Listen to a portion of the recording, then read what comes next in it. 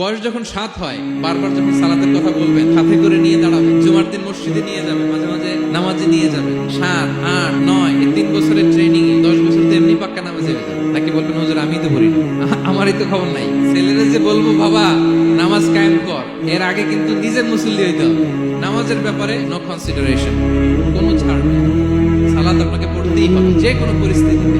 এজন্য 7 বছর বয়স থেকে বিশ্বনবী ওয়ার্নিং দিতে বলেছেন। 10 বছর বয়স হলে প্রয়োজনে রূঢ় আচরণ করো, শাসন করো, প্রয়োজনে মৃদু প্রহার করো।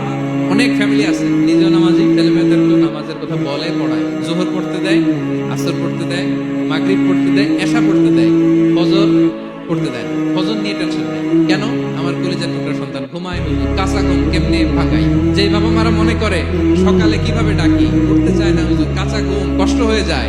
ফজরের সময় যদি আগুন লেগে যায় আপনার ঘরে, কি করবেন?